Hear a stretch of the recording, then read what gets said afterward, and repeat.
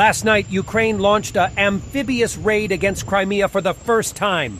Helped by the Ukrainian Navy, special forces landed near Olenivka. They attacked Russian units there, killing occupiers and destroying equipment before withdrawing without any own casualties. Also, the state flag once again flew in the Ukrainian Crimea. The main Department of Intelligence, in cooperation with the Navy, conducted a special operation, and the goal was achieved. The special operation continues. We do not reveal all the details. There are losses among the enemy's personnel, as well as among the forces and means, says Ukrainian intelligence.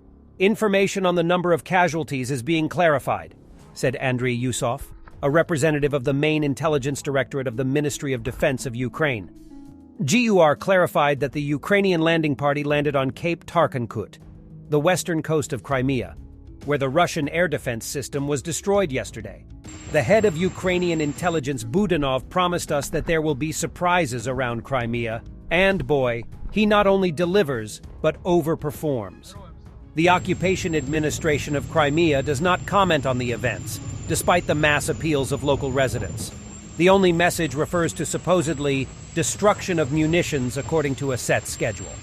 The fact that Ukrainian special operation forces easily penetrate Russian defense positions in a supposedly highly secured area, as in Tarkankut, is but another proof how thinly spread Russian forces are. Just like at the Wagner uprising in June 24th, Russian forces seem to be not present due to concentration of all available Russian troops in Zaporizhia Oblast, leaving literally everything else vulnerable.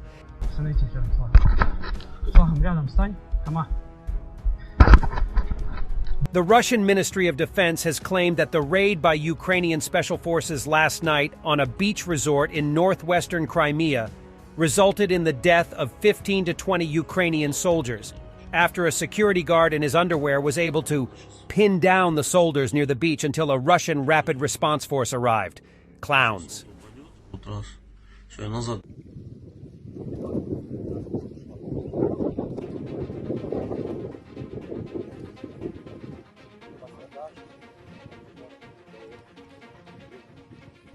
And the intelligence chief Budanov added that Ukraine's homegrown sea drones have paralyzed the activity of Russia's Black Sea Fleet and are now in mass production.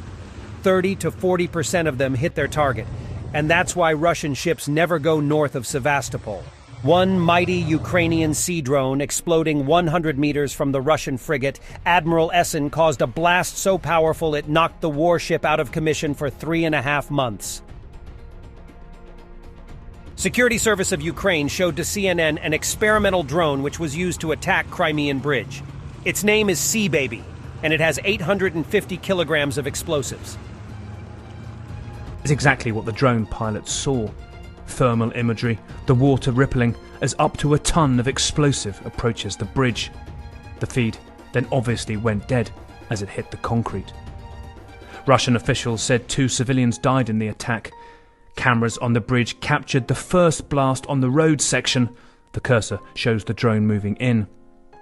And another on the railway tracks at about the same time. Ukraine has been coy, some officials saying these huge blasts are from, quote, unidentified floating objects. But no longer.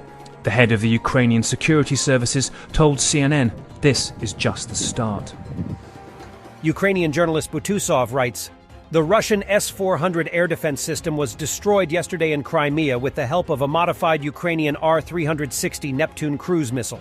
With the help of an anti-ship missile, an extremely important part of the S-400 complex was also destroyed, the Podlet K-1 radar station, which ensured control of the air situation over the western part of the Black Sea and over the territory of the Kherson region."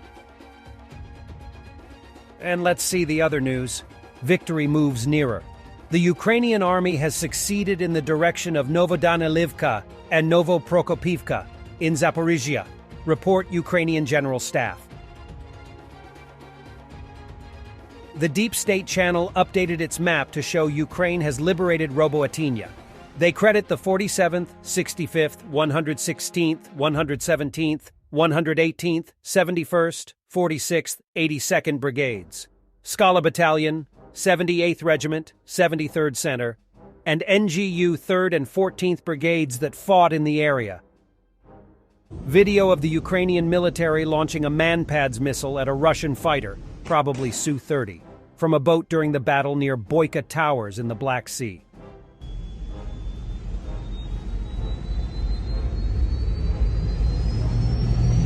Urozhain, Donetsk Oblast, Ukrainian Su-25S provide air support, striking Russian positions in the center of town with heavyweight unguided rockets.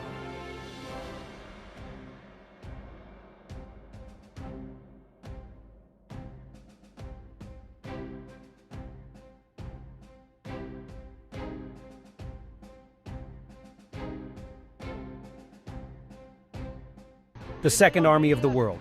It's like this. Watch until the end. Russia. A few moments later.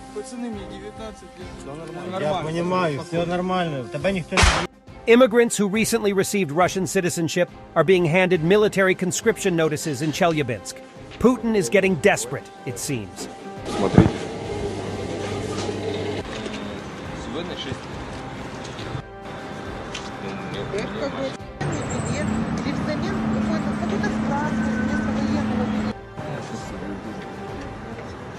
Ukraine will most likely receive 73 F-16 fighter jets, after the information that Norway will supply Kyiv with 12 fighters. Let's be clear. This is a serious number of the best fourth-generation fighter jets in the world. Russian Air Force will be suppressed in Ukraine, that's for sure. And let's end with a little bit of humor. You know, when Ukraine was addressing the world countries about planes, this is not what we meant. President Zelensky commented on Prigozhin's plane crash. Ви знаєте, коли Україна говорила і зверталась до країн світу щодо літаків, ми не це мали на увазі. Я скажу вам відверто. Ми мали на увазі зовсім інше, і ми хотіли підтримку, хоча, напевно, це також в якомусь сенсі слова точно допоможуть. А що стосується, по-перше, ми не маємо відношення до цієї ситуації. Це точно. Я думаю, всі усвідомлюють, хто має відношення. A little humor. Ukrainian soldiers have successfully tested the anti-drone system provided by Hungary. І от або в'їби, або не в'їби.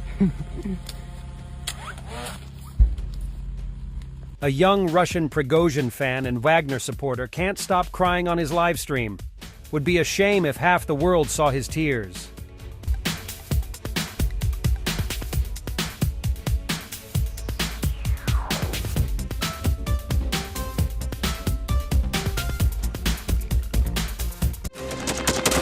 Thanks for watching, and don't forget to subscribe. Also, if you want to support Warthog Defense, please become our member and get early access to new videos, exclusive members-only videos, and become administrator in comment section. The membership link is in the description. Rescues every day. We had a guy last week, it's 6 rescues in 6 days. You know, he's doing the job every day.